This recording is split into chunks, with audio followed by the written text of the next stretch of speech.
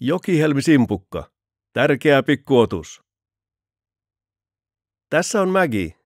Maggie on jokihelmi-simpukka eli raakku. Se voi elää yli 250-vuotiaaksi. Se puhdistaa vettä suodattamalla ja hapettaa liikkuessaan joen pohjaa. Tämä on elintärkeää monille lajeille. Raakkuja elää monissa joissa, mutta vain muutamissa niistä syntyneet poikaset jäävät eloon.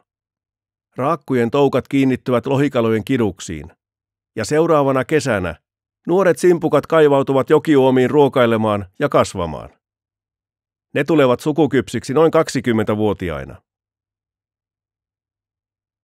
Maggien laji on ollut olemassa jo dinosaurusten aikaan, mutta ihmisen toiminta on ajanut lajin lähes sukupuuttoon. Jokiuomia on muokattu tukinuittoa varten. Niitä ympäröiviltä alueilta tulevat ravinteet ja lietesamentavat vesiä, ja padot estävät raakuille välttämättömien lohikalojen vaelluksen jokiin. Myös helmenkalastus on vähentänyt raakkukantoja huomattavasti. Life Revives-hankkeessa pyritään parantamaan nykyistä tilannetta. Hankkeessa kunnostetaan valuma-alueita, jotta raakkujen lisääntyminen saadaan turvattua. Jokiin rakennetaan sora-alueita lohikalojen kutua varten, ja niistä poistetaan kalojen vaellusesteitä. Olosuhteissa, joissa luontainen lisääntyminen ei onnistu, Maggie-raakkua ja sen ystäviä autetaan lisääntymään laboratorioympäristössä.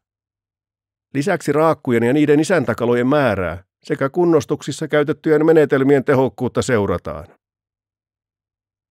Yksittäinen hanke ei yksinään pelasta raakkuja, mutta me kaikki voimme tehdä osamme. Jaetaan tietoisuutta raakuista, autetaan parantamaan niiden elinympäristöjä ja kunnioitetaan niiden koskemattomuutta. Maggie saattaa olla vain simpukka, mutta se puhdistaa vesiä meidän kaikkien puolesta.